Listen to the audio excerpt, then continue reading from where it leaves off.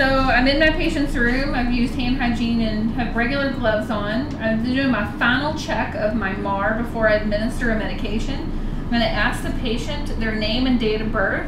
I'm going to compare that, what they say, what's on their armband, to their medical record here, and assess, make sure what I've got. So I've assessed the right patient, and then I have my medication. I'm assessing the last part of my checks is to assess the rest of my rights of administration of these medications.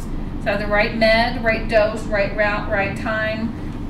So I'm going to assess the patient's Vastus Lateralis. So one hand is going to go on the greater trochanter right here, and then the other hand is going to go right above the knee.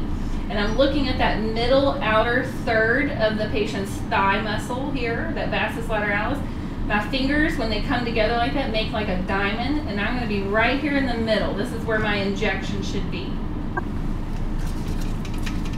So I've located my landmark on the Vastus Lateralis. I'm going to go ahead and clean my site with alcohol. Around. Give that a second to let that dry.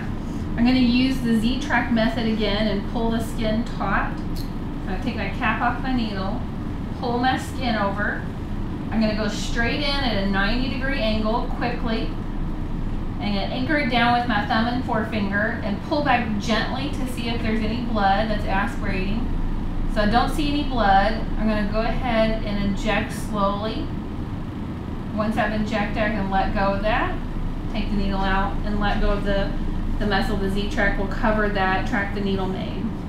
Needle, we never recap needles, so I'm going to just push that up, and that will cause that needle to be covered and nobody can stick themselves. This is going to go directly in the sharps box.